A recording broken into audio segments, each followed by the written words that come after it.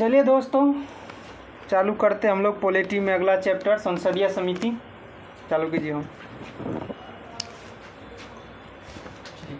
आधा घंटा। चलिए, फर्स्ट क्वेश्चन, भारतीय संसद किस रीति से प्रशासन पर नियंत्रण करती है?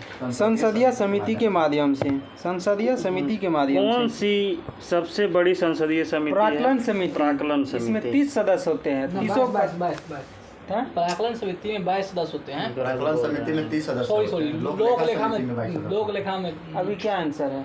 ऑप्शन नंबर 1 में जो हम भी डिस्कशन कर देखिए, रहे हैं। लोक लेखा समिति में 22 सदस्य होते 22 हैं। होते हैं, 15 15 लोकसभा, 7 राज्यसभा।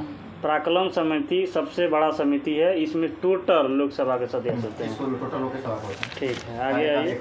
आगे आए। इसका सबका कार्यकाल 1 वर्ष का होता है। इसका सबका कार्यकाल 1 वर्ष का। उपक्रम समिति में भी 22 सदस्य होते हैं। चलिए, नेक्स्ट क्वेश्चन, भारतीय संसद की सबसे बड़ी समिति कौन सी है? प्राक्कलन समिति। प्राक्कलन समिति। इसका कार्यकाल कितना साल का 1 वर्ष होता है। 1 वर्ष का होता है। निम्न में से कौन सा सार्वजनिक व्यय पर संसदीय नियंत्रण का अंग नहीं है? भारत का नियंत्रक और एवं महालेखा परीक्षक कौन कौन है? लोक लेखा समिति है, समिति। प्राक्कलन समिति है, सार्वजनिक उपक्रम समिति है और एक याचिका समिति है। चलिए, नेक्स्ट क्वेश्चन, संसद की अस्थायी समिति के सदस्यों को लोकसभा और राज्यसभा के किस अनुपात में लिया जाता है? 2:1 में लिया जाता है। क्रमशः 2 और 1 के अनुपात में लिया जाता है। कथनों पर विचार करना है, कौन सा कथन सही है? लोक लेखा समिति का अध्यक्ष लोकसभा अध्यक्ष द्वारा नियुक्त किए जाते हैं।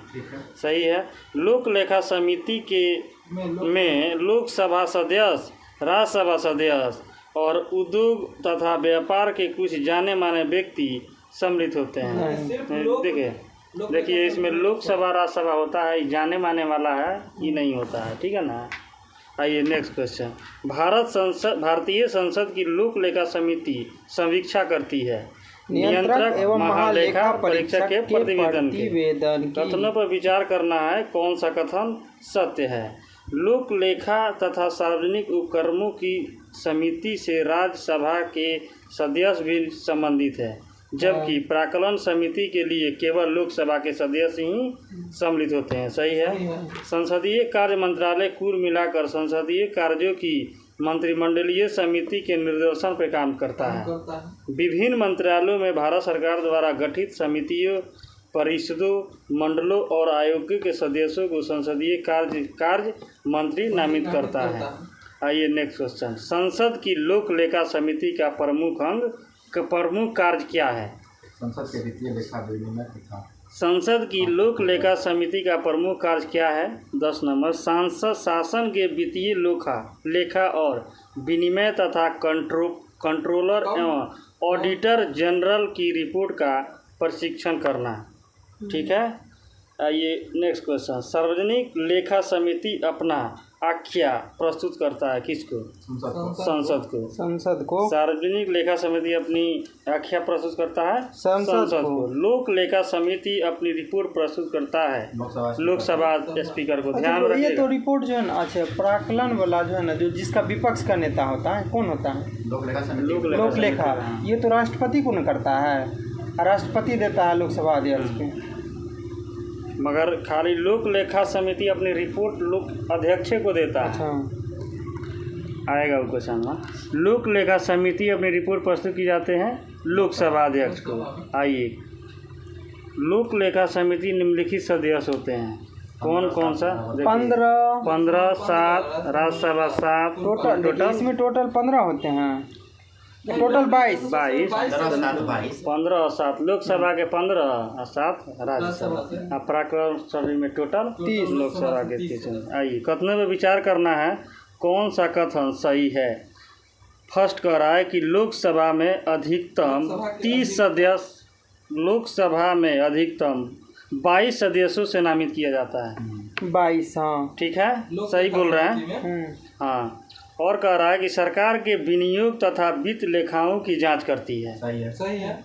भारत के नियंत्रक महालेखा परीक्षक की रिपोर्ट की जांच भी करती है। नियंत्रक महालेखा कौन सा अनुच्छेद है? 148। 148। चलिए, भारतीय संसद की लोक लेखा समिति के अध्यक्ष को कौन मनोनीत करता है? लोकसभा के लोकसभा के अध्यक्ष। चला, सूची 1 है और सूची 2 है, मिलाना है।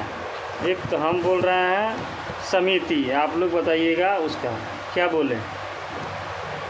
एक लोक लेखा समिति, इसका वित्तीय समिति, ठीक है। याचिका समिति, कार्यकारी समिति, स्टॉक बाजार स्कैम संयुक्त समिति, तदर्थ समिति होता है। विवादित समिति, स्टैंडिंग समिति होता है। फिर से एक बार, लोक लेखा समिति, वित्तीय समिति, याचिका समिति, कार्यकारी समिति, स्टॉक बाजार स्कैम संयुक्त समिति, तदर्थ समिति होता है। विभागीय समिति, स्टैंडिंग समिति।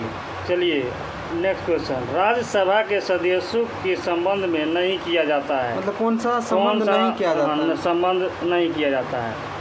पब्लिक अकाउंट कमेटी से किया जाता है। उसके बाद है एस्टीमेंट्स कमेटी से, ये नहीं। सार्वजनिक उद्यमों की कमेटी से किया जाता है। ठीक है, इसमें एस्टीमेंट कमेटी से नहीं किया जाता है। नेक्स्ट क्वेश्चन, निम्नलिखित में से किस समिति में राज्यसभा का प्रतिनिधित्व नहीं होता है? आकलन समिति। वहीं राज्यसभा प्राक्कलन समिति। प्राक्कलन समिति संसद के किस सदन के सदस्यों के द्वारा गठित की जाती है? लोकसभा के सदस्य 30 का 30। चलिए, भारतीय संसद की वित्तीय समितियां हैं। यह सही उत्तर का चयन कीजिए और कूट का सही उत्तर दीजिए। प्राक्कलन समिति इसमें भी है, लोक लेखा समिति भी है, संसद सदस्यों को वेतन और भत्तों की संबंधी संयुक्त समिति नहीं है। चलिए इसमें आगे है ये 22 नंबर, कौन सी भारतीय संसद की वित्तीय समितियां हैं?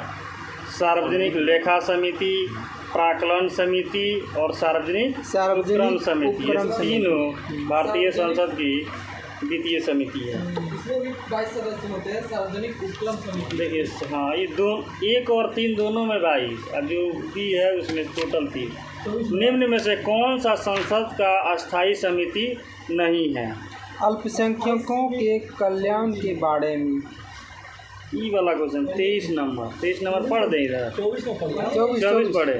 24, निम्नलिखित में किसके द्वारा संसदीय समिति गठित नहीं की गई है? अल्पसंख्यकों के कल्याण के बारे में। इसके लिए कोई संसदीय समिति की गठन नहीं की गई है।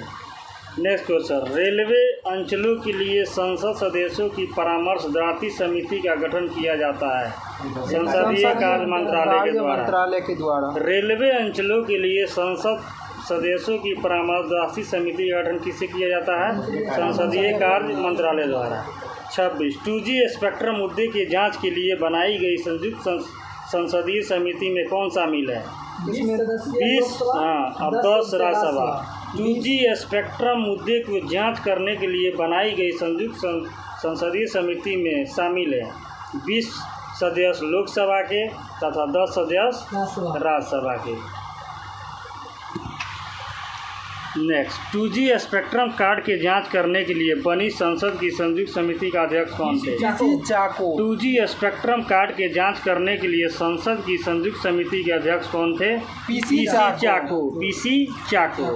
नेक्स्ट क्वेश्चन, भारत के संसद के संदर्भ में निम्नलिखित में से कौन सी संसदीय समिति इसकी समीक्षा करती है और सदन को सूचित करती है कि विनिमय, नियम, उपविधि आदि बनाने की शक्ति या संविधान द्वारा प्रदत्त है या सदन द्वारा प्रत्यायोजित है?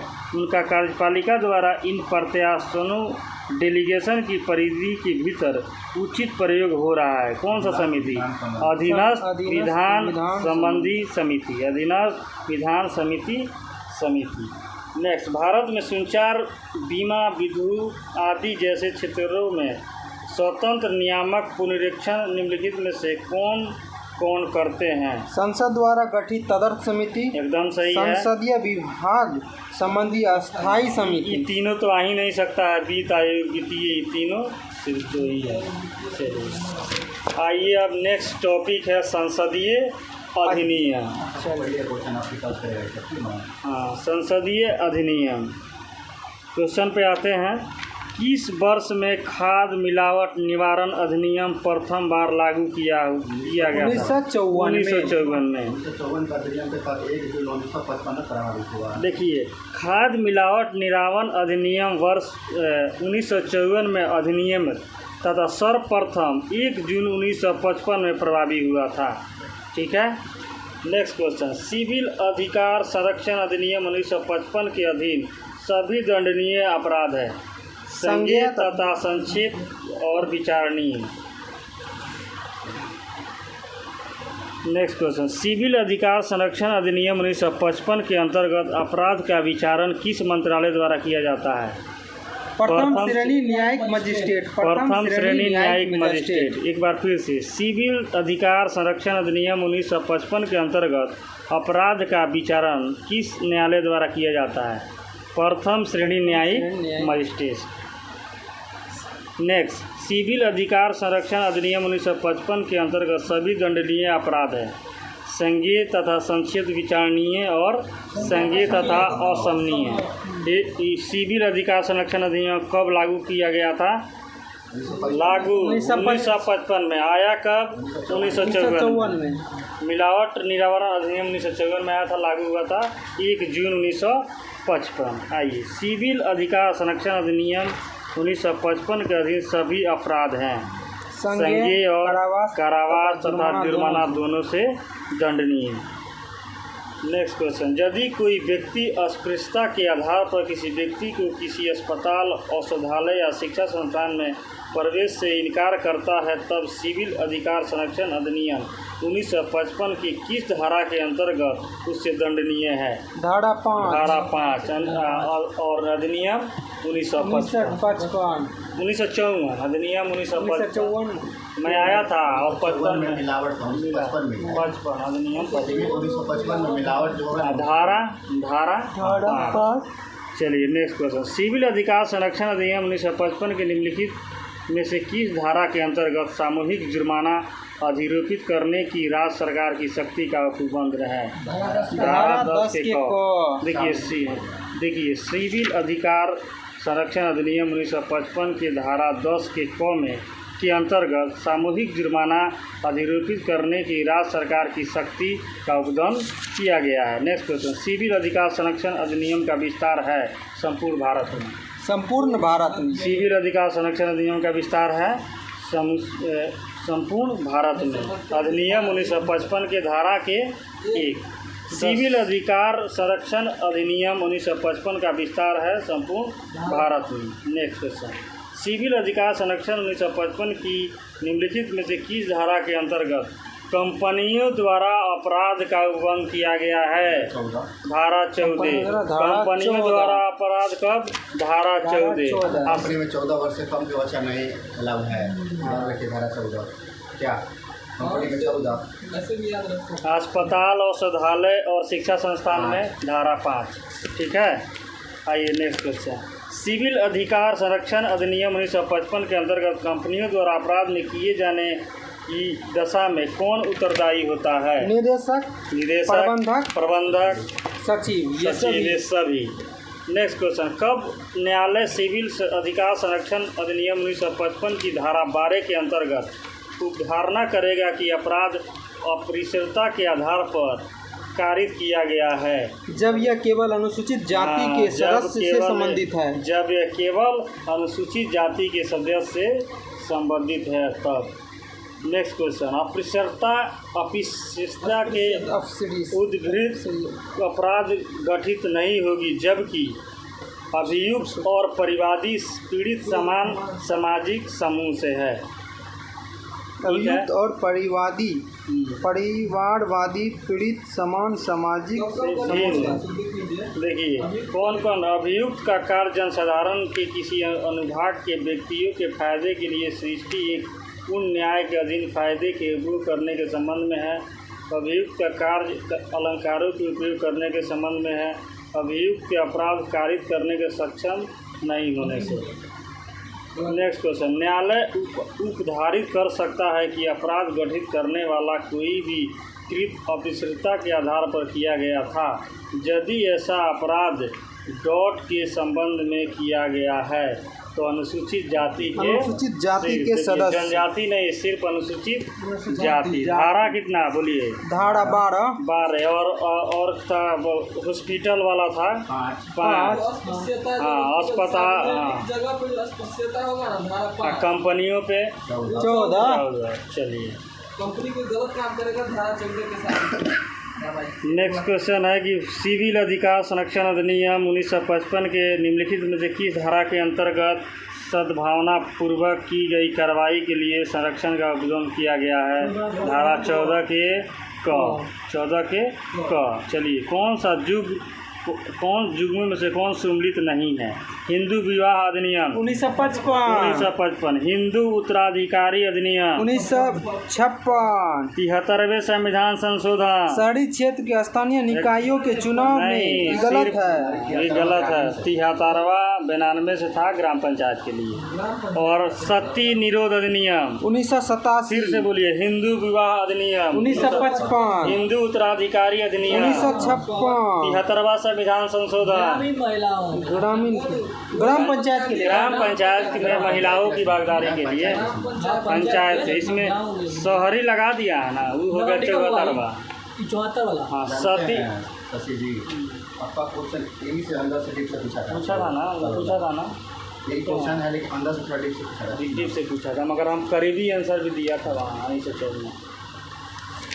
चलिए, हो गया। अब आइए नेक्स्ट 17 नंबर क्वेश्चन। सूचीयुक्त को सूची 2 से मिलाना है। ध्यान दीजिएगा। भारतीय शस्त्र अधिनियम 1878, शस्त्र अधिनियम भारतीय 1878, शाही पद अधिनियम 1876, भारतीय उच्च न्यायालय अधिनियम, 1861, भारतीय विवाह विच्छेद अधिनियम 1869, फिर एक बार, भारतीय शस्त्र अधिनियम 1878, भारतीय पद अधिनियम 1876, भारतीय उच्च न्यायालय अधिनियम 1861, भारतीय विवाह विच्छेद अधिनियम 1869। चलिए, घरेलू हिंसा से महिला संरक्षण अधिनियम कब लागू किया गया था? बहुत इंपॉर्टेंट क्वेश्चन है।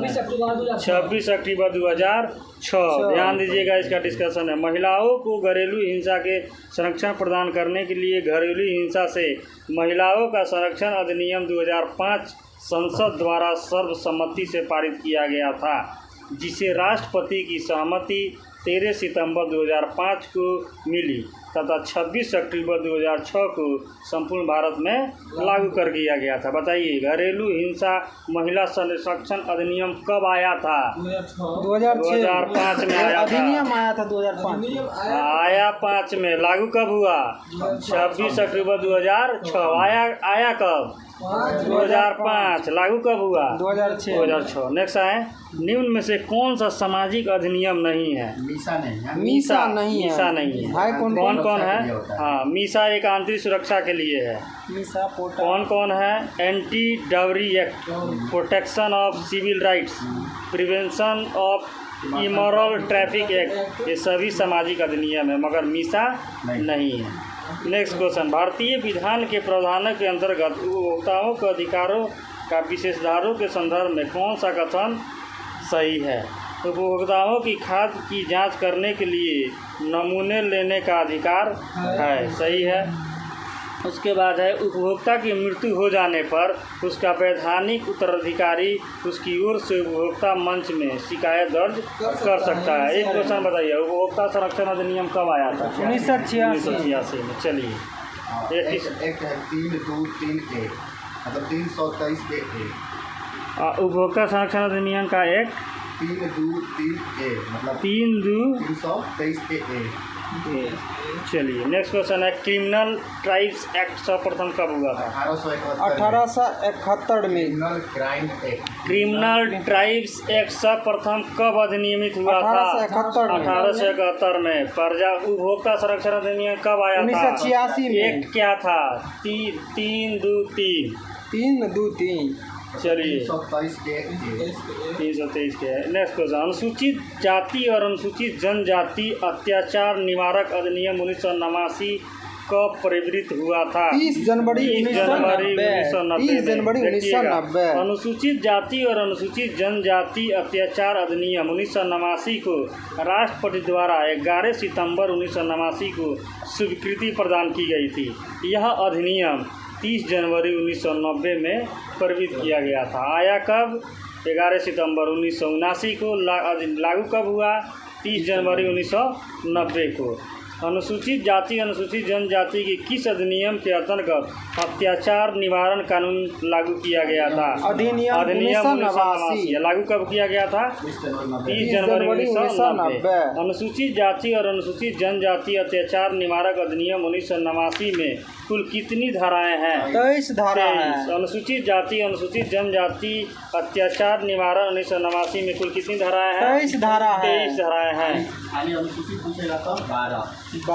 सिर्फ अनुसूचित, हाँ अनुसूचित पूछेगा तो 12। नेक्स्ट क्वेश्चन, अनुसूचित जाति अत्याचार निवारण अधिनियम 1989 के उद्देश्य को क्रियान्वित करने के नियम बनाने की शक्ति या किसमें निहित है? केंद्र सरकार में। ये काम सिर्फ केंद्र सरकार कर सकता है। धारा 23 के 1 में, सही है ना? आइए नेक्स्ट क्वेश्चन, अनुसूचित जाति अनुसूचित जनजाति अत्याचार अधिवार अधिनियम 1989 के अंतर्गत किस धारा में आर्थिक बहिष्कार को परिभाषित किया गया है? धारा 2 के ख ग।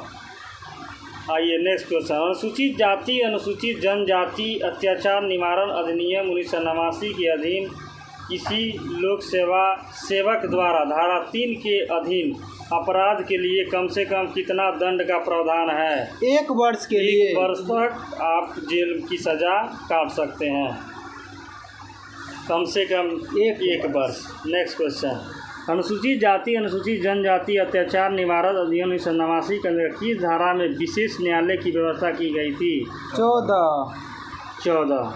कितना? 14। नेक्स्ट क्वेश्चन, न्यायालय में अधिकार व्यवस्था प्रदान किया गया 14 में कंपनी भी है 14 डिस्कशन पड़ा नहीं बोले 14 में कंपनी भी है 14 में कंपनी भी है। हाँ। नेक्स्ट क्वेश्चन, अनुसूचित जाति अनुसूचित जनजाति अत्याचार निवारण अधिनियम 1989 के अधीन अपराधों को विचारण करने के लिए राज्य सरकार डॉट की समिति से सत्र न्यायालय को विशेष न्यायालय निर्दिष्ट कर सकती है। उच्च न्यायालय के मुख्य न्यायाधीश के सहमति से। धारा कौन सा? 14 के। अनुसूचित जाति अनुसूचित जनजाति अत्याचार निवारक अधिनियम के अधीन अपराधों के विचारण करने के लिए सेशन न्यायालय को विशेष न्यायालय के रूप में निर्दिष्ट करने का प्रयोजन क्या है? शीघ्र विचारण। धारा 14 के 1। आइए नेक्स्ट, अनुसूचित जाति अनुसूचित जनजाति अधिनियम 1989 के अंतर्गत किसी निर्णय दंडादेश या आदेश के विरुद्ध उच्च न्यायालय में अपील होती है। तत्व और विधि दोनों के संबंध में। कौन सा धारा था? 14 के 1। आइए, अनुसूचित जाति अनुसूचित जनजाति अत्याचार निवारक अधिनियम अनुसूचित जाति अनुसूचित जनजाति की उन्नति के लिए एक प्रावधान है जो निम्न से किस सिद्धांत पर आधारित है? सुरक्षा विभेद का सिद्धांत। सुरक्षा विभेद का सिद्धांत। बताइए, एक अनुसूचित जनजाति अधिनियम कब आया था? 1989 में आया था। कब हुआ था? 1990 में। चलिए नेक्स्ट क्वेश्चन, अनुसूचित जाति अनुसूचित जनजाति अत्याचार निवारक अधिनियम 1989 के अंतर्गत सामूहिक जुर्माना अधिरोपित और वसूल करने की शक्ति किसको है? राज्य सरकार को है। धारा 16 के अंतर्गत राज्य सरकार को है। अनुसूचित जाति अनुसूचित जनजाति अत्याचार निवारक अधिनियम 1989 के अधीन अपराध अभियोजन में न्यायालय निम्न में से क्या उद्धारित कर सकता है? दुष्प्रेषण भी, समान आशय और समान उद्देश्य सभी। नेक्स्ट क्वेश्चन, अनुसूचित जाति अनुसूचित जनजाति अधिनियम 1989 की किस धारा में भारतीय दंड संहिता के कपितय उपबंधों को लागू होना उपबंधित है? धारा 6 के अंतर्गत। गलत स्टार लगा दिया है। 60 दिन होगा सर। 60 दिन पढ़ देते हैं। अनुसूचित जाति अनुसूचित जनजाति अत्याचार निवारक अधिनियम 1989 के अंतर्गत अपराधों के लिए जांच अधिकारी कितने दिनों में अपनी रिपोर्ट सौंपेगी? कम से कम 60 दिन में रिपोर्ट सौंप देती है। अनुसूचित जाति अनुसूचित जनजाति अत्याचार निवारक अधिनियम 1989 के अधीन निम्न में से क्या पूर्णतः निषिद्ध है? गिरफ्तारी पूर्व जमानत। पहले गिरफ्तारी तब जमाना। उसके बाद क्या किए हैं, गलत है कि सही? चलिए पहले वहीं पे होगा आपको। अनुसूचित जाति अनुसूचित जनजाति अधिनियम 1989 की निम्नलिखित धारा के लिए अग्रिम जमानत प्रतिबंधित है। धारा 18 अनुसूचित जाति अनुसूचित जनजाति अत्याचार निवारण अधिनियम के अपराध में अन्वेषण ऐसे पुलिस के द्वारा किया जाएगा जो रैंक कम से कम कौन रैंक पे हो? कम से कम उप निरीक्षक होना चाहिए, मतलब डीएसपी। हाँ, डीएसपी। आइए नेक्स्ट क्वेश्चन। निम्नलिखित शक्तियों में से कौन सी एक अनुसूचित जाति अनुसूचित जनजाति अत्याचार निवारक अधिनियम के अधीन विनिर्दिष्ट विशेष न्यायालय को नहीं दी गई है? पुलिस के भिन्न किसी व्यक्ति को अतिरिक्त अन्वेषण करने के लिए अधिकृत करना। ज़्यादातर एमपीए में पूछा है इसे, ज़्यादा वही तो ना है। आइए नेक्स्ट क्वेश्चन। अनुसूचित जाति अनुसूचित जनजाति अधिनियम 1989 के अधीन विशेष न्यायालय में कौन सी शक्ति का प्रयोग नहीं किया जा सकता? सामूहिक जुर्माना नहीं, सीधे गिरफ्तार, कोई जुर्माना नहीं। तो जवाब लगा दिया, ए और सी दोनों इसमें सही है। अनुसूचित जाति और अनुसूचित जनजाति अधिनियम 1989 के अपराध के अभियोजन अभियुक्त के बचाव के लिए में अभिभाग नहीं ले सकता है। कार्य निजी प्रतिरक्षा के अधिकार पर प्रयोग में किया गया था और कार्य में उतनी ही थोड़ी अपहानि हुई जो शिकायत का विषय नहीं हो सकता था। Next question. अनुसूचित जाति अनुसूचित जनजाति के अधिनियम 1989 के अंतर्गत कोई भी व्यक्ति जो अनुसूचित जाति अनुसूचित जाति का सदस्य नहीं है, जादू टोना या डाइन होने के अभिवादन पर अनुसूचित जाति अनुसूचित जनजाति के सदस्य को शारीरिक हानि पहुंचाएगा या उसको मानसिक मंत्रता देगा, वह अवधि कितने दिनों के लिए उसको जेल की सजा भुगतनी पड़ेगी? 6 माह से कम नहीं होगी, किंतु जो 5 वर्ष तक अवधि 6 माह से कम नहीं होना चाहिए, किंतु 5 वर्ष तक हो सकेगी। इसलिए SC/ST ना हो, ठीक ना, SC/ST ना हो, SC/ST को कोई जादू टोना करता है, उसको मानसिक परेशान करता है। हाँ जी, आप हैं केस होगा तो कम से कम 6 वर्ष, अधिकतम से अधिकतम बताइए 6 वर्ष का सजा है। क्या मनोज जी? निम्नलिखित में से कौन सा कथन एक असत्य है? सत्य को देखते हैं कि अनुसूचित जाति अनुसूचित जनजाति निवारण अधिनियम के अंतर्गत ऐसे व्यक्ति द्वारा कारित किया जाता है जो अनुसूचित जाति या अनुसूचित जनजाति का सदस्य नहीं है। ठीक है, सही है। पीड़ित अनुसूचित जाति और अनुसूचित जनजाति अत्याचार निवारक अधिनियम धारा 2 में परिभाषित की गई है। आश्रित अनुसूचित जाति और अनुसूचित जनजाति निवारण अधिनियम धारा 2 के ख में परिभाषित की गई है। और ये गलत क्यों है कि अनुसूचित जाति अनुसूचित जनजाति अत्याचार निवारक धारा 14 के 1 में पता नहीं। आइए नेक्स्ट। अनुसूचित जाति अनुसूचित जनजाति नियम 1995 के निम्नलिखित धारा के अंतर्गत जिला स्तरीय सतर्कता और मॉनिटरी समिति का गठन का आह्वान किया गया है। धारा 17। नेक्स्ट। अनुसूचित जाति और अनुसूचित जनजाति नियम 1995 के 21 धारा के अंतर्गत वार्षिक रिपोर्ट सामग्री का उपबंध है। धारा 18। सरकार के अनुसूचित क्षेत्रों को पंचायत विस्तार तो 1996 में अधिनियमित किया गया। निम्नलिखित में कौन सा एक उसके उद्देश्य के रूप में अभिज्ञात नहीं है? स्वशासन प्रदान करना है, पारंपरिक अधिकारों का मान्यता देना है, जनजातीय लोगों को शोषण से मुक्त करना है, मगर जनजातीय क्षेत्रों में स्वायत्त क्षेत्रों का निर्माण करना नहीं है। संसद की सूचना का अधिकार अधिनियम भारत के राष्ट्रपति कब स्वीकृति मिली थी? 15 जून 2005 को। सूचना का अधिकार 2005। सूचना के अधिकार अधिनियम संसद द्वारा पारित 11 मई 2005 को तथा राज्यसभा द्वारा 12 मई 2005 को होने 15 जून 2005 को तत्कालीन राष्ट्रपति डॉक्टर APJ अब्दुल कलाम द्वारा स्वीकृत की गई थी तथा अधिनियम की कुछ धाराएं तत्काल प्रभावी हुई थी, जबकि शेष अधिनियम इसके अधिनियम होने के 120 दिन बाद यानी 12 अक्टूबर को और 12 या 13 अक्टूबर की मध्य रात्रि 2005 में प्रभावी हो गया। चलिए और धारा अनुच्छेद तो जानबे करते हैं। 19 की में आ सकता है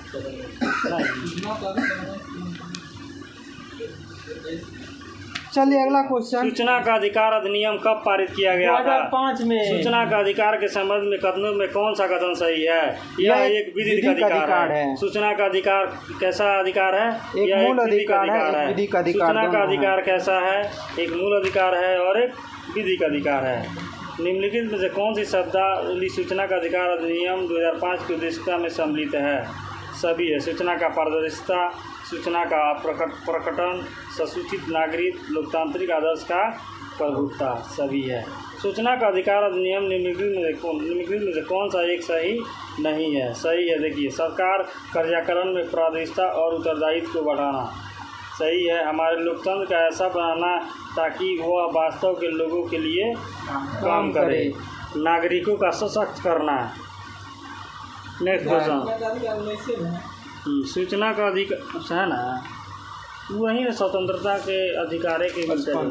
55 केंद्रीय सूचना आयुक्त का कार्यकाल कितने वर्ष का होता है? 5 वर्ष या 65 वर्ष। वह भी कौन है वर्तमान में सूचना आयुक्त? कौन है? राठौर है, याद है। चलिए नेक्स्ट आते हैं। कितना कार्यकाल है इनका? 5 वर्ष या 65 वर्ष। मजदूर किसान संगठन नामक सामाजिक आंदोलन भारत में किससे संबंधित है? RTI अधिनियम। RTI माननीय मनोज बाबू का और अपने सूचना का अधिकार को प्राप्त है। क्या पहले था 5 वर्ष और 65 वर्ष, अब 2019 के बाद 3 वर्ष और 65 वर्ष कर दिया गया सूचना। लास्ट वाला पढ़िए। तो अधिनियम 2005 के अनुसार केंद्रीय सूचना आयुक्त का कार्यकाल 5 वर्ष या 65 वर्ष का आयु तक। कोई वर्धन है क्या? हर्षवर्धन। हमको याद था। 3 वर्ष या 65 वर्ष की आयु तक। इसका कार्यकाल बताइए ना। सूचना आयुक्त का कार्यकाल 3 वर्ष होगा। 3 वर्ष या 65 वर्ष ये है। हाँ, 3.65 होगा। 3 कम कर दिया कि नहीं? पहले 5 था। 3 वर्ष या 65 वर्ष। नेक्स्ट क्वेश्चन से 57 निम्नलिखित में कौन सूचना का अधिकार 2005 से संबंधित है? नमित शर्मा बनाम भारत संघ, यही सूचना का अधिनियम का अधिकार से संबंधित है। नमित शर्मा बनाम भारत संघ। नमित शर्मा बनाम भारत संघ। कथन है और कारण है। सूचना का अधिकार अधिनियम साधारणतः नौकरशाही में उत्तरदायित्व को मनोभाव बढ़ाने के लिए जिम्मेदार है। सही है। इसे वांछित प्रभाव उत्पन्न करने के लिए सभी मीलों तक यात्रा करनी है। सही है। मगर कारण इसका स्पष्टीकरण नहीं है। सही है। सूचना का अधिकार अधिनियम का मुख्य उद्देश्य क्या है? सार्वजनिक अधिकारों से सूचना प्राप्त करने की पहुँच। सार्वजनिक अधिकारों से सूचना प्राप्त करने की पहुँच। आप डालिएगा ना तो कम से कम कितने दिन में, कितना दिन बोला था? RTI वाला। RTI वाला वो आपका रिपोर्ट दे देता है। क्या वैकेंट है क्या? 21 दिन में रिपोर्ट आपको दे देता है। किस उच्च न्यायालय ने अपने महत्वपूर्ण फैसले में कहा कि RTI आवेदक को सूचना का अधिकार के अंतर्गत सूचना मांगने के कारण अवश्य बताना चाहिए? कौन सा हाईकोर्ट का याद था? सबसे पहले मद्रास हाईकोर्ट में ये बोला था। या चलिए नेक्स्ट क्वेश्चन है कि निम्नलिखित में से कौन सा अधिकार पत्र के मूल तत्व में सम्मिलित नहीं है? कौन सा? विभाग और अभिकरण द्वारा प्रदान की जा रही सेवाओं का विवरण, सेवाओं का लाभ उठाने के लिए विभिन्न विधियों के प्रचारित करना, किसी लोक अभिलेख की अपेक्षा अभिकरण के कार्य का निरीक्षण का प्रावधान ऐसा नहीं है। Next question. राष्ट्रीय स्तर पर अनुसूचित जाति और अन्य पारंपरिक वन निवासी वन अधिकारों की मान्यता अधिनियम 2006 के प्रभावी क्रियान्वयन को सुनिश्चित करने के लिए कौन सा मंत्रालय केंद्रक अभिकरण है? जनजातीय कार्य मंत्रालय। जनजातीय कार्य मंत्रालय। अब तो उसी से तो पकड़ाइए गया। जनजातीय तो जनजातीय कार्य मंत्रालय। अनुसूचित मंत्री जनजातीय मंत्री अर्जुन मुंडा। अनुसूचित जाति अन्य पारंपरिक वनवासी अधिनियम 2006 के अधीन व्यक्तिगत या सामुदायिक वन अधिकारों अथवा दोनों की प्रकृति और विस्तार के निर्धारण की प्रक्रिया प्रारंभ करने के लिए कौन प्राधिकारी होगा? ग्राम सभा। कौन प्राधिकारी होगा? ग्राम सभा। धारा 6 के 1। राष्ट्रीय हरित न्यायाधिकरण अधिनियम 2010 भारतीय संविधान के प्रावधान के अनुरूप अधिनियमित हुआ था। स्वच्छ पर्यावरण के अधिकार के अनुरूप स्वास्थ्य पर्यावरण के अधिकार के अनुरूप जो अनुच्छेद 21 के अंतर्गत जीवन के अधिकार का अंग माना गया है। कब आया था राष्ट्रीय हरित न्यायाधिकरण? 2010 में। इसी को कहते हैं NGT, नेशनल ग्रीन ट्रिब्यूनल। 2010 में आया था। चलिए आइए 66। राष्ट्रीय हरित न्यायाधिकरण किसी भी निर्णय में व्यथित कोई व्यक्ति सर्वोच्च न्यायालय में अपील करने कितने दिन के भीतर दायर कर सकता है? 90 दिन। 90 दिन। राष्ट्रीय हरित न्यायाधिकरण को किसी भी निर्णय से व्यथित कोई व्यक्ति सर्वोच्च न्यायालय में अपनी कितने दिन के भीतर दायरा कर सकता है? कम से कम 90 दिन। भूमि अधिग्रहण अधिनियम 1994 में कौन सा कथन सही नहीं है? इसको ब्रिटिश शासकों ने बनाया था। यह भारत के संसद के एक अन्य अधिनियम द्वारा प्रतिस्थापित किया जा चुका है। इसका क्रियान्वयन विवादित हो गया था। चलिए नेक्स्ट क्वेश्चन है कि कौन सा श्रम अधिनियम के मजदूरी संहिता 2019 में सम्मिलित किया गया था? कौन सा था? न्यूनतम मजदूरी अधिनियम है, बोनस भुगतान अधिनियम है, समान पारिश्रमिक अधिनियम है। इस संविदा वाला नहीं है। पढ़ देखिए मजदूरी बोनस कब आया था? 1948 में मजदूरी संहिता अधिनियम लाया था। 1936 में बोनस संपादन अधिनियम आया था। 1965 में समान पारिश्रमिक अधिनियम आया था। आइए नेक्स्ट क्वेश्चन, कौन सा सम्मिलित नहीं है? चलिए कंपनी अधिनियम कब आया था? कंपनी अधिनियम 2013 में आया था। भारतीय संविदा अधिनियम कब आया था? 1872 में आया था। साझेदारी अधिनियम कब आया था? 1932 में। वस्तु विक्रय अधिनियम कब आया था? 1930। एक बार फिर से, कंपनी अधिनियम 2013 में। भारतीय संविदा अधिनियम 1872 में। साझेदारी अधिनियम 1932 में। वस्तु विक्रय निधि अधिनियम 1930 में। निम्नलिखित में से कौन सा कथन सही नहीं है? सही कौन से है? नहीं, राजद्रोही सभाओं को रोकने का अधिनियम 1907 में लाया गया था। 1907 में लाया गया, 1908। राजद्रोही सभाओं का रोकने का अधिनियम 1907। विस्फोटक पदार्थ अधिनियम 1908। भारतीय फौजदारी कानून संशोधन 1908। समाचार पत्र अधिनियम 1908। राजद्रोही 1907। बाकी सब 8। आपदा प्रबंधन एक्ट कब बनाया गया था? 2005। कब बनाया गया था? 2005 में। आपदा प्रबंधन एक्ट कब बनाया गया था? 2005 में।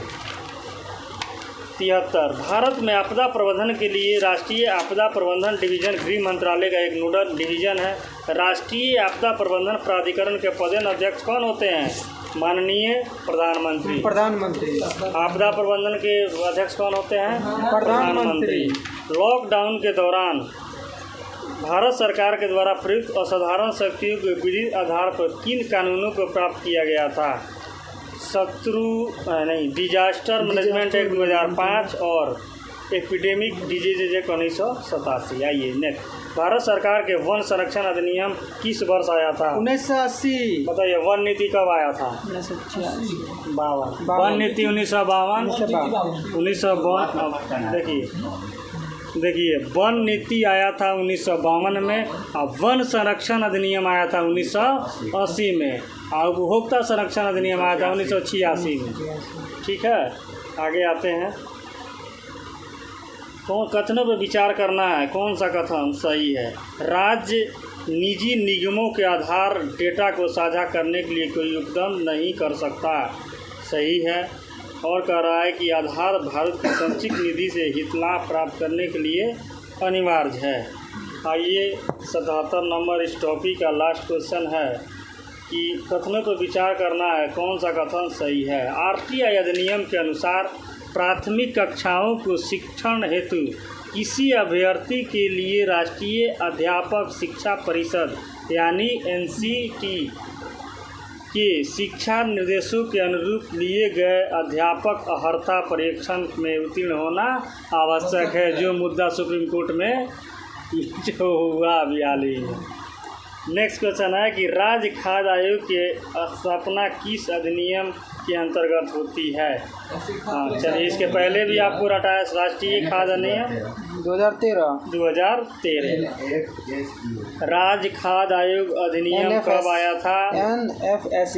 NFSC 2013।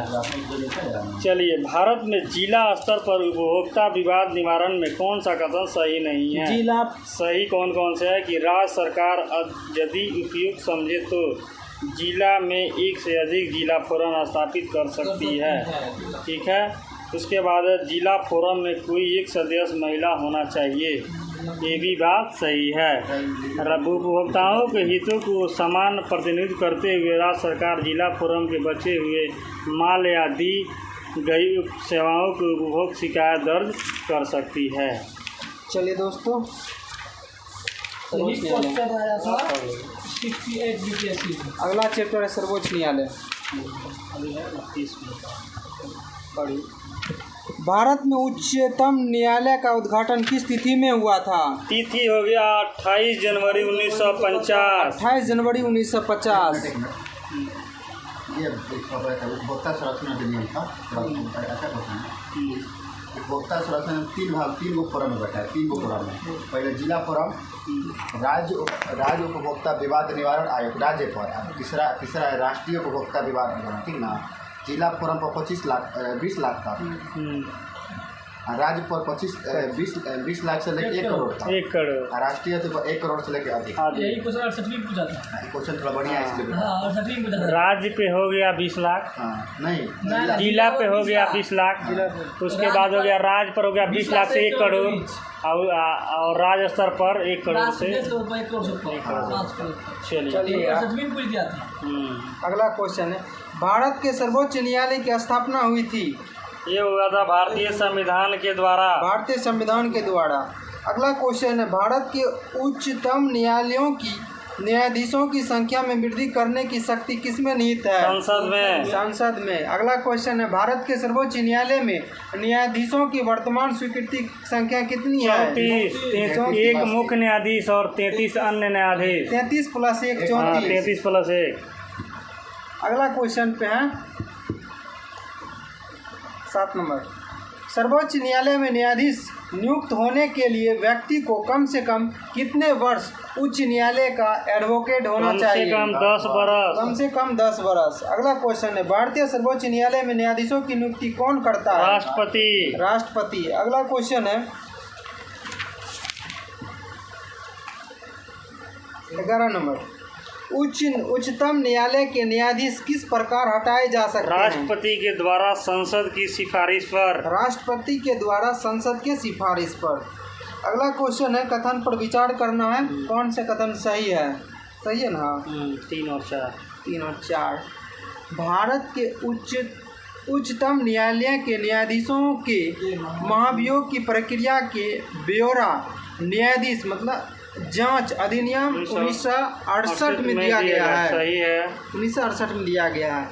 अगला सही बोला, यदि किसी न्यायाधीश के महाभियोग के प्रस्ताव को मतदान हेतु लिया जाता है तो विधि द्वारा अपेक्षित है कि यह प्रस्ताव संसद के प्रत्येक सदन द्वारा समर्थित हो और उस सदन की कुल सदस्य संख्या के बहुमत द्वारा तथा संसद के उस सदन के कुल उपस्थित और मत देने वाले सदस्यों के कम से कम 2 तिहाई द्वारा समर्थन हो। चलिए क्वेश्चन सीधा हटाने के लिए 2 तिहाई बहुमत इसमें भी जरूरी चाहिए। अगला क्वेश्चन है, सर्वोच्च उच्च न्यायालय के न्यायाधीश देश के बाद भारत के राष्ट्रपति द्वारा हटाए जा सकते हैं? संसद के महाभियोग प्रस्ताव पारित करके। अगला क्वेश्चन है, सर्वोच्च न्यायालय में सेवानिवृत्ति की आयु कितना है? 65 वर्ष। सेवानिवृत्ति की आयु है 65 वर्ष। हाईकोर्ट में 62। हाईकोर्ट में 62। अगला क्वेश्चन है, सर्वोच्च न्यायालय के न्यायाधीशों की सेवा निवृत्ति 65 वर्ष।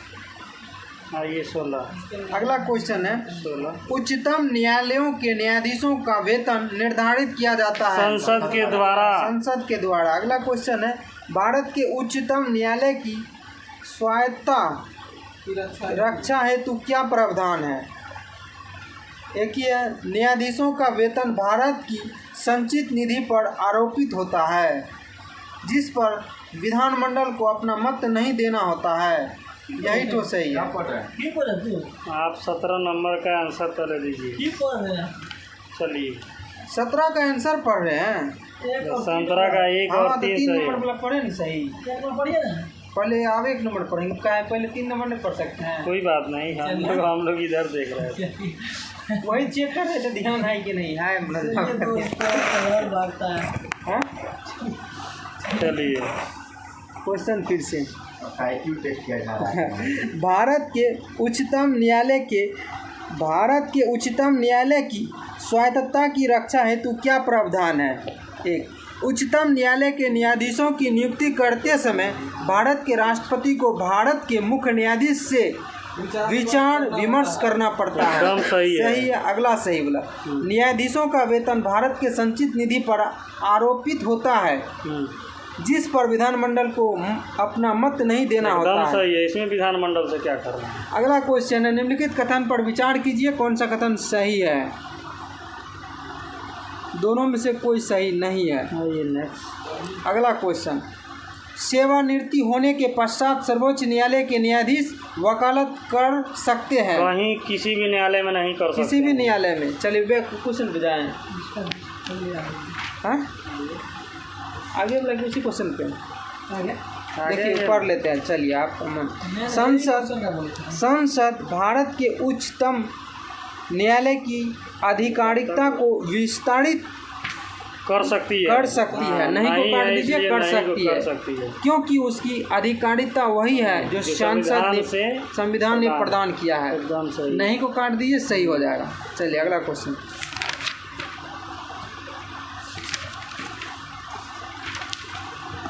भारत के सर्वोच्च न्यायालय के कार्यवाहक मुख्य न्यायाधीश की नियुक्ति कौन करता है? राष्ट्रपति। अनुच्छेद 126 के अनुसार। बोला। अगला क्वेश्चन है, बताइए नो, सर्वोच्च न्यायालय के न्यायाधीशों की नियुक्ति की जाती है राष्ट्रपति के द्वारा। सर्वोच्च न्यायालय के मुख्य न्यायाधीश के परामर्श के साथ। सर्वोच्च न्यायालय के मुख्य न्यायाधीश से परामर्श के साथ। अगला क्वेश्चन है, भारत में सर्वोच्च न्यायालय ने किस वर्ष में न्यायाधीशों की नियुक्ति के लिए कॉलेजियम व्यवस्था को अपनाया? 1993। कॉलेजियम व्यवस्था कब अपनाया गया? 1993। कॉलेजियम व्यवस्था कब अपनाया गया? 1993। परसों का टेस्ट का क्वेश्चन है। अगला क्वेश्चन है, सर्वोच्च न्यायालय के उस मंडल में जो सर्वोच्च न्यायालय में जजों की नियुक्ति की अनुशंसा से संबंधित है में सर्वोच्च न्यायालय के मुख्य न्यायाधीश के अतिरिक्त कुछ अन्य वरिष्ठ न्यायाधीश होते हैं। ऐसे अन्य न्यायाधीश जो इस मंडल के सदस्य होते हैं उसकी संख्या कितना है? 5 नहीं, टोटल 5 होता है। देखिए अन्य पूछा है तो 4 हो गया। हाँ, मुख्य न्यायाधीश एक किसी भी बड़ा जो मुद्दा होता है ना, यही 5 को सुलझाता है। चलिए अगला क्वेश्चन, निम्नलिखित में से किसमें उच्चतर न्यायालयों के न्यायाधीशों की नियुक्ति में कार्यपालिका, विधायिका एवं मुख्य न्यायाधीश की भागीदारी की अनुशंसा की गई है? द्वितीय प्रशासनिक सुधार आयोग। द्वितीय प्रशासनिक सुधार आयोग। डिस्कशन देखिए इसका। द्वितीय प्रशासनिक सुधार आयोग के द्वारा उच्चतम न्यायालयों के न्यायाधीशों की नियुक्ति में कार्यपालिका, विधायिका एवं मुख्य न्यायाधीश की भागीदारी की अनुशंसा की थी। इस आयोग का गठन 31 अगस्त 2005 को वीरप्पा मोइली की अध्यक्षता में की गई है। बताइए, द्वितीय प्रशासनिक सुधार आयोग की अध्यक्ष कौन थे? वीरप्पा मोइली। अगला क्वेश्चन है, भारत के सर्वोच्च न्यायालय में निम्नलिखित में से किस प्रकार के न्यायाधीश की नियुक्ति की जाती है? तदर्थ न्यायालय और अतिरिक्त न्यायालय नहीं होगा, सिर्फ तदर्थ न्यायाधीश होगा। न्यायाधीश। अगला क्वेश्चन है, सर्वोच्च न्यायालय में तदर्थ न्यायाधीशों की नियुक्ति होती है। न्यायालय की किसी सत्र के लिए न्यायाधीशों को कोरम जब नहीं होता है तब। न्यायालय के किसी सत्र के लिए न्यायाधीशों का कोरम नहीं होता तब। अगला क्वेश्चन है, भारतीय संविधान में तदर्थ न्यायाधीशों की नियुक्ति का प्रावधान है? सिर्फ सर्वोच्च न्यायालय में। सिर्फ सर्वोच्च न्यायालय में, निचले न्यायालय में नहीं है। अगला क्वेश्चन है, भारतीय न्यायपालिका के संदर्भ में निम्नलिखित कथन पर विचार कीजिए, कौन सा कथन सही है। भारत के राष्ट्रपति की पूर्णामति से भारत के मुख्य न्यायमूर्ति द्वारा उच्चतम न्यायालय से सेवानिवृत्ति किसी न्यायाधीश को उच्चतम न्यायालय के न्यायाधीश के पद पर बैठने और कार्य करने हेतु बुलाया जा सकता है। एकदम सही है। दूसरा, भारत में किसी भी उच्च न्यायालय को अपने निर्णय के पुनरावलोकन की शक्ति प्राप्त है, जैसे कि उच्चतम न्यायालय के पास है। एकदम बोलिए, सही क्या है। बोलना चाह रहे थे आप? बोलिए मनोज जी। सुप्रीम कोर्ट में पुनरावलोकन अनुच्छेद 137, 137, हाई कोर्ट में 226, 226। जी सही है। 226 में है। हाँ, 226 में नहीं है, दिया हुआ डिस्कशन में, देखें। अगला क्वेश्चन है, 206 में रीट जारी करने का, मतलब 226 में रीट का भी है। हाँ रीट का भी है। ठीक है, उसमें है पुनर्लोकन का भी है। अगला क्वेश्चन है, उच्चतम न्यायालय में संविधान के निर्वाचन से संबंधित मामले की सुनवाई करने के लिए न्यायाधीशों की संख्या कम से कम कितनी होनी चाहिए? कम से कम 5 जज होता है किसी बड़े मुकदमा को सोल्व करने के लिए। अगला क्वेश्चन 32 नंबर, केंद्र और राज्यों के बीच होने वाले विवादों का निर्णय करने की भारत के उच्चतम न्यायालय की शक्ति किसके अंतर्गत आती है? मूल अधिकारिता के अंतर्गत आता है। अनुच्छेद 131। हाँ, अनुच्छेद 131 के तहत मूल अधिकारिता के अंतर्गत। आइए अगला क्वेश्चन है, निम्नलिखित में से कौन से उच्चतम न्यायालय की आरंभिक अधिकारिता में आते हैं? 1. भारत सरकार तथा एक या अधिक राज्यों के बीच का विवाद एकदम आता सही है। हाँ। अगला है, 2 या अधिक राज्यों के बीच का विवाद आता है। गलत कहा है। संसद की किसी भी सदन या राज्य विधानमंडल में हुए चुनाव पर विवाद या तो हाईकोर्ट करेगा या फिर सुप्रीम कोर्ट करेगा। अगला, भारत सरकार तथा किसी संघ राज्य क्षेत्र के बीच का विवाद संसद करेगा।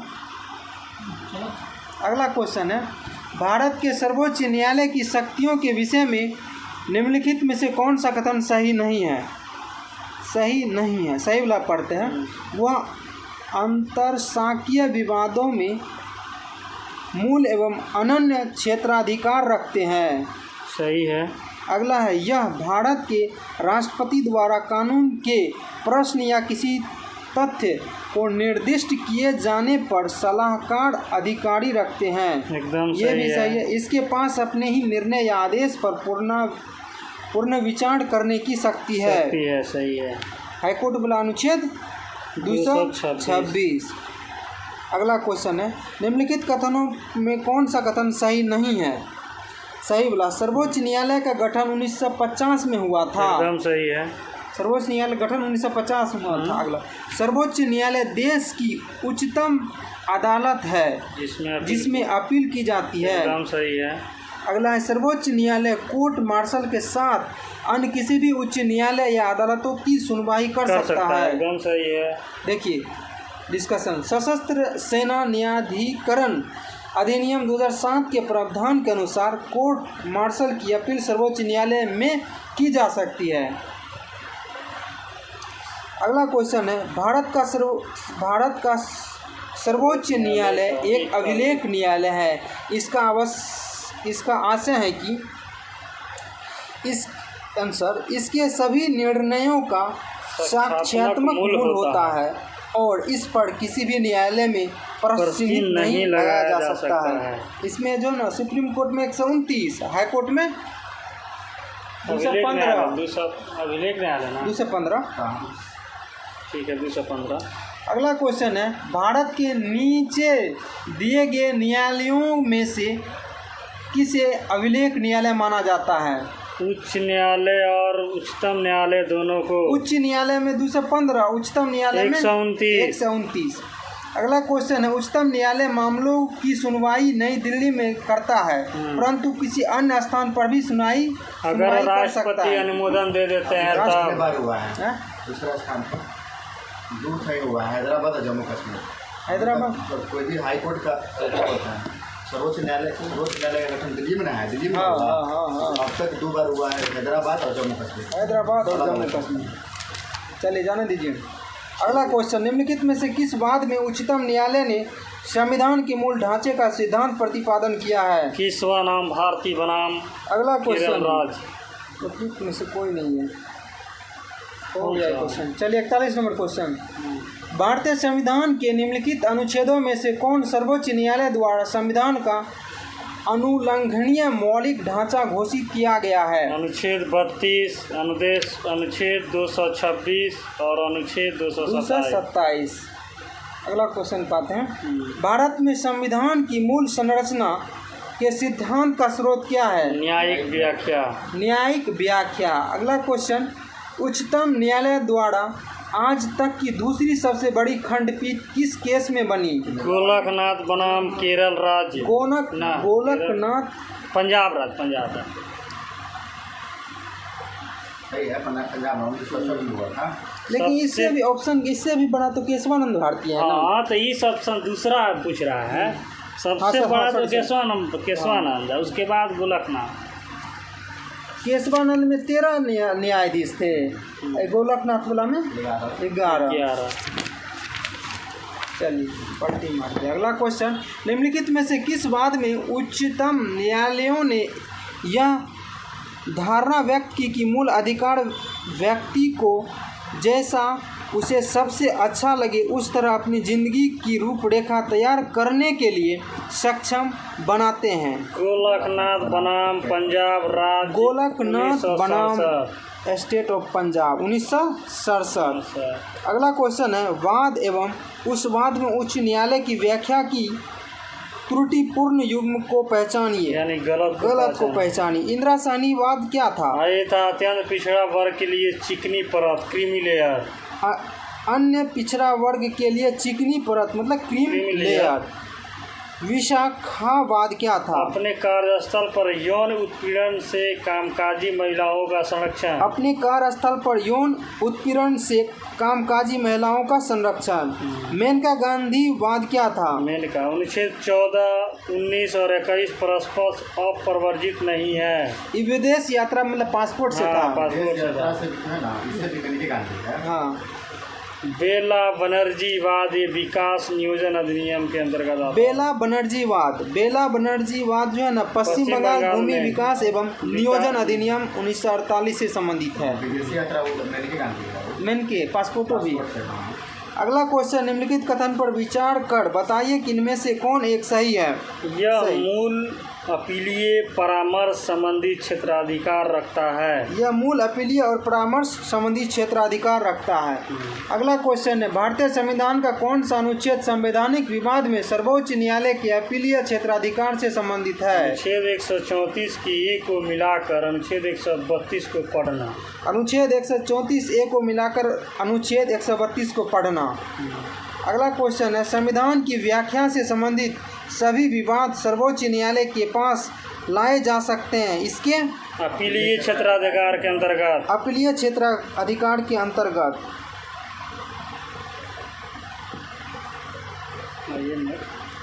ये देखिए ना, अनुच्छेद 132 में क्या है? संविधान के निर्वाचन के मामले 132 में है। 133 में सिविल मामले जिसमें संवैधानिक प्रश्न चाहे हो या नहीं। आपराधिक मामले जिसमें प्रश्न चाहे हो अनुच्छेद 134। चलिए अगला क्वेश्चन, भारत में सुरक्षात्मक याचिका उच्चतम न्यायालय में निम्न अनुच्छेद के अंतर्गत दाखिल किया जा सकता है? अनुच्छेद 142 में सुरक्षात्मक याचिका उच्चतम न्यायालय में। अगला क्वेश्चन, संविधान का कौन सा अनुच्छेद उच्चतम न्यायालय को उसके द्वारा दिए गए निर्णय अथवा आदेश के पुनरावलोकन हेतु अधिकृत किया जाता है? अनुच्छेद 137। अनुच्छेद 137। अगला क्वेश्चन है, उच्चतम न्यायालय द्वारा सुनाए गए निर्णय या दिए गए आदेश के पुनरावलोकन के बारे में निम्नलिखित में से कौन सा कथन सही है? उच्चतम न्यायालय को अपने द्वारा सुनाए गए निर्णय या दिए गए आदेश का पुनरावलोकन करने की शक्ति प्राप्त है। सही है। अनुच्छेद 137। अगला क्वेश्चन, भारत के सर्वोच्च न्यायालय के निर्णय के संबंध में दिए निम्न में से क्या सही है? सर्वोच्च न्यायालय को अपने निर्णय को परिवर्तित करने का अधिकार है। अगला क्वेश्चन है, भारत के संविधान के संदर्भ में समान विधियों में अंतर्विष्ट प्रतिषेध अथवा निर्बंधन अथवा उपबंध अनुच्छेद 142 के अधीन संवैधानिक शक्तियों पर प्रतिषेध अथवा निर्बंधन की तरह कार्य नहीं कर सकते हैं। निम्नलिखित में से कौन सा एक इसके अर्थ हो सकता है? भारत का उच्चतम न्यायालय अपनी शक्तियों का प्रयोग में संसद द्वारा निर्मित विधियों से बाध नहीं होता। नहीं। अगला क्वेश्चन, भारत में न्यायिक पुनरावलोकन का अर्थ क्या है? विधियों और कार्यपालिका आदेशों की संवैधानिकता के विषय में प्रख्यापन करने का न्यायपालिका का एक अधिकार है। विधियों और कार्यपालिका आदेशों की संवैधानिकता के विषय में प्रयास करने का पालिका का आइए मनोज बाबू बोले पढ़ देते हैं, उसे अभी नहीं खत्म नहीं हुआ है। न्यायिक पुनरावलोकन का अर्थ यह है कि सर्वोच्च न्यायालय राज्य के किसी भी कानून को अवैध घोषित कर सकती है। राज्य के किसी भी कानून को अवैध घोषित कर सकती है। अगला क्वेश्चन, न्यायिक पुनरावलोकन में न्यायालय को निम्नलिखित अधिकार है। यदि कानून या आदेश संविधान के विपरीत हो तो उसे असंवैधानिक घोषित करना। असंवैधानिक घोषित कर सकते हैं। अगला कौन सा कथन सही है? सही बोला। भारत का संविधान नागरिकों की स्वतंत्रता तथा उन आदर्शों जिन पर संविधान आधारित है की सुरक्षा हेतु न्यायिक पुनरावलोकन की व्याख्या करता है। एकदम सही है। सही है। अगला क्वेश्चन, भारत में न्यायिक पुनरावलोकन की शक्ति का प्रयोग किसके द्वारा किया जाता है? हाई कोर्ट सुप्रीम कोर्ट दोनों में। हाई कोर्ट और सुप्रीम कोर्ट दोनों में। High court 226, supreme court 32। नहीं, वो पुनरावलोकन है ना। 137 हो गया। न्यायिक पुनरावलोकन सर्वोच्च न्यायालय है। 226 हाई कोर्ट। अगला क्वेश्चन, भारत के संविधान के संदर्भ में निम्नलिखित कथन पर विचार कीजिए, कौन सा कथन सही है? दोनों में से कोनो सही नहीं है। किसी भी केंद्रीय विधि को संवैधानिक रूप से अवैध घोषित करने की किसी भी उच्च न्यायालय की अधिकारिता नहीं होती है। अगला है, भारत के संविधान ने किसी भी संशोधन पर भारत के उच्चतम न्यायालय द्वारा प्रश्न नहीं उठाया जा सकता है। अगला क्वेश्चन, न्यायिक पुनरावलोकन भारत और अमेरिका में। अगला क्वेश्चन है, अभिकथन और कारण है। भारत में न्यायिक पुनरावलोकन का क्षेत्र सीमित है। सही है। कारण भारतीय संविधान में कुछ उदाहरण की वस्तुएं हैं। दोनों सही है।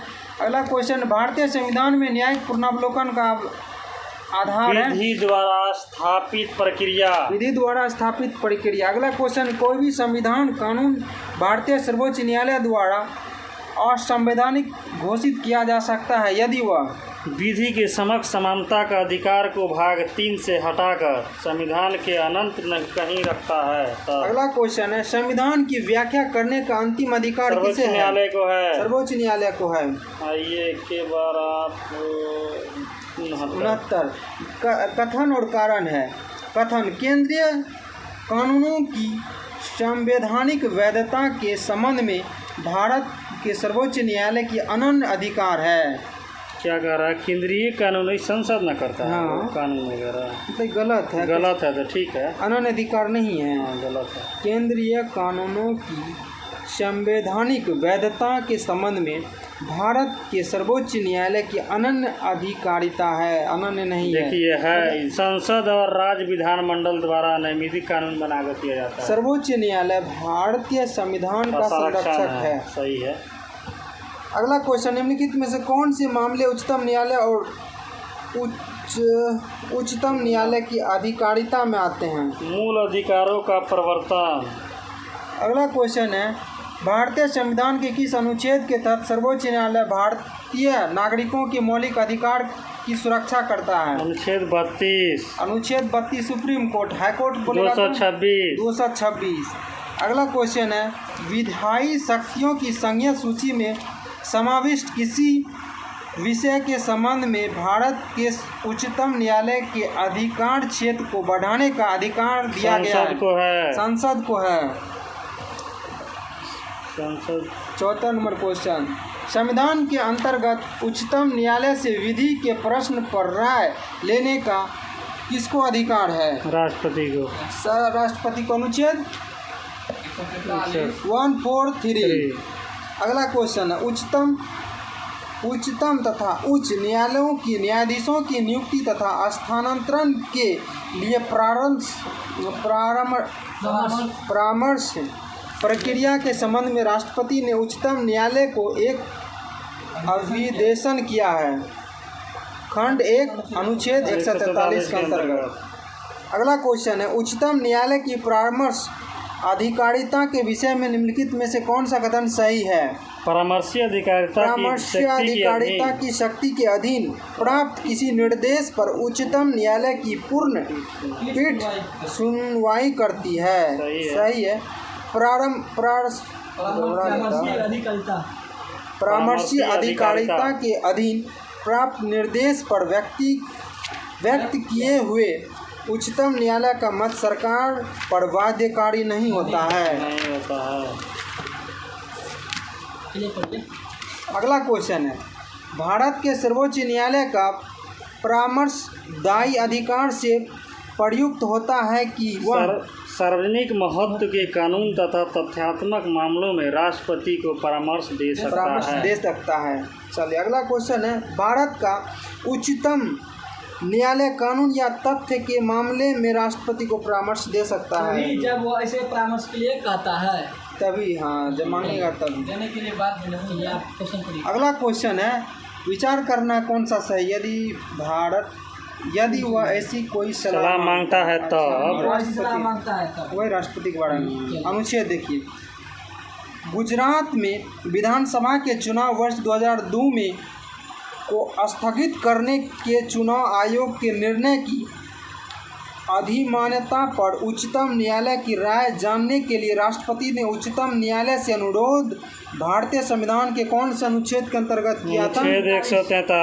अनुच्छेद 143। अगला क्वेश्चन है मैं भारत के संविधान के प्रति सच्चा विश्वास और सच्ची निष्ठा रखूंगा देश भारत को संप्रभुत्व और अखंडता को बनाए रखूंगा अपने भारत के कर्तव्य का निर्वहन करूंगा संविधान और कानून की रक्षा करूंगा यह शपथ ली जाती है भारत के मुख्य न्यायाधीश के द्वारा अनुसूचित 3 के अंतर्गत रक्षा करना सुप्रीम कोर्ट का है ना हाईकोर्ट भी है।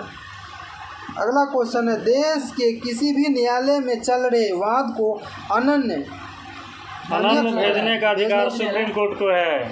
आइए मिलान कीजिए फिर से वाद है और विषय है। आज भेजा है सुप्रीम कोर्ट असम है कोर्ट को ताकि आप जो है बता के 100 रुपया बता के आप इसको कर सकते हैं। अगला क्वेश्चन है वाद और विषय है NK गोपाल बनाम मद्रास राज निवारक अवरोध की प्रक्रिया। अगला है रोमेश थापड़ बनाम मद्रास राज स्वतंत्र भाषण पर रोक। अगला है शंकरी प्रसाद बनाम भारतीय संघ संविधान संशोधन की। अगला है शक्ति चंपक दौराई राजन शिक्षण संस्थानों में प्रवेश हेतु समान निवारण निवर्धक की प्रक्रिया। रोमेश थापर बनाम मद्रास स्वतंत्र भाषण पर रोक। शंकरी प्रसाद बनाम भारतीय संघ ये हो गया संविधान संशोधन की संसद की। चंपकम शिक्षण संस्थानों में समानता। चलिए अगला क्वेश्चन है 85 है इंदिरा साहनी बनाम भारत संघ मुकदमे में सर्वोच्च न्यायालय का निर्णय किस विषय से संबंधित है? इसी में आप 27% का आरक्षण दिया था सरकारी नौकरियों में अन्य पिछड़ा वर्ग का आरक्षण। अगला क्वेश्चन है हाल ही में उच्चतम न्यायालय ने प्रवासी पंचायत निर्धारण अधिनियम 1983 को संविधान के किस अनुच्छेद के अंतर्गत केंद्र के पावर कर्तव्य के उल्लंघन पर असंवैधानिक घोषित किया? अनुच्छेद 355। अगला क्वेश्चन है TDSAT के निर्णयों को चुनौती दी जा सकती है।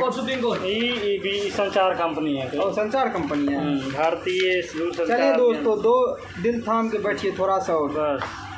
अगला क्वेश्चन भारत के उच्चतम न्यायालय के मुख्य न्यायाधीश का सही क्रम क्या है? अभी कौन है? अभी कौन है?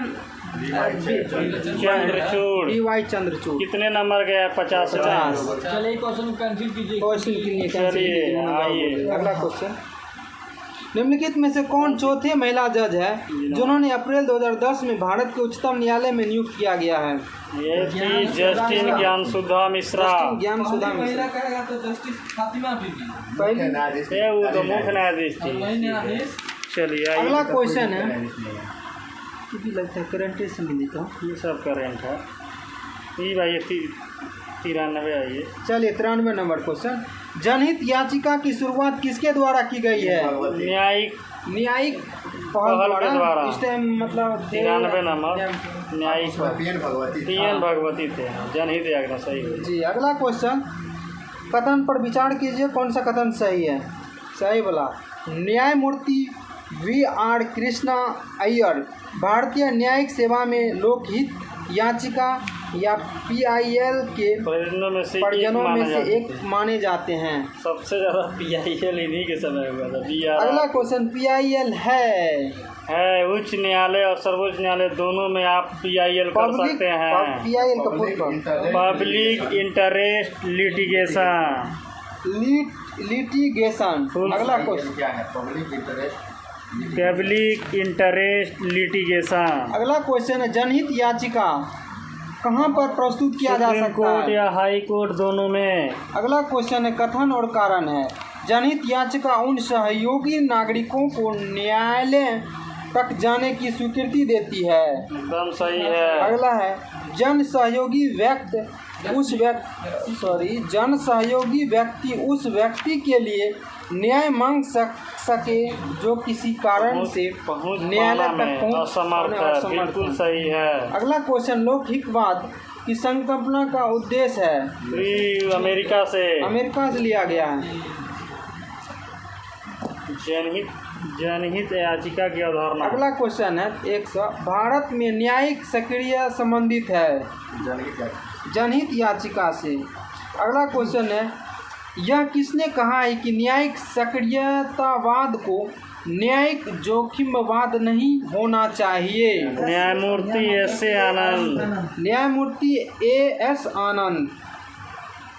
अगला क्वेश्चन है, सितंबर 2003 में न्यायालय के एक निर्णय से भारतीय समाज में महिलाओं की स्थिति प्रतिष्ठित हुई, वह न्यायालय है? भारत के सर्वोच्च न्यायालय। अगला क्वेश्चन है, विशाखा व अन्य बनाम राजस्थान राज्य व अन्य मुकदमा संबंधित है? राजस्थान का मैटर है, कार्यस्थान स्थल पर महिलाओं के यौन उत्पीड़न की रोकथाम के लिए। चलिए अगला क्वेश्चन है, उच्चतम न्यायालय ने निम्नलिखित में से किस मामले में पाया कि केंद्रीय अन्वेषण शाखा एवं पिंजराबंद होता है? कोयला आवंटन घोटाला। अगला क्वेश्चन है, समलैंगिकता संबंधित सर्वोच्च न्यायालय का निर्णय निम्नलिखित में से किससे संबंधित है? धारा 377। ये हटा दिया गया है। अगला क्वेश्चन, चलिए दोस्तों, लास्ट क्वेश्चन है, किस कानून के अंतर्गत यह विधित है कि भारत के उच्चतम न्यायालय की संपूर्ण कार्यवाही अंग्रेजी भाषा में हो? भारतीय संविधान के अनुच्छेद 348 के भारतीय संविधान का अनुच्छेद 348।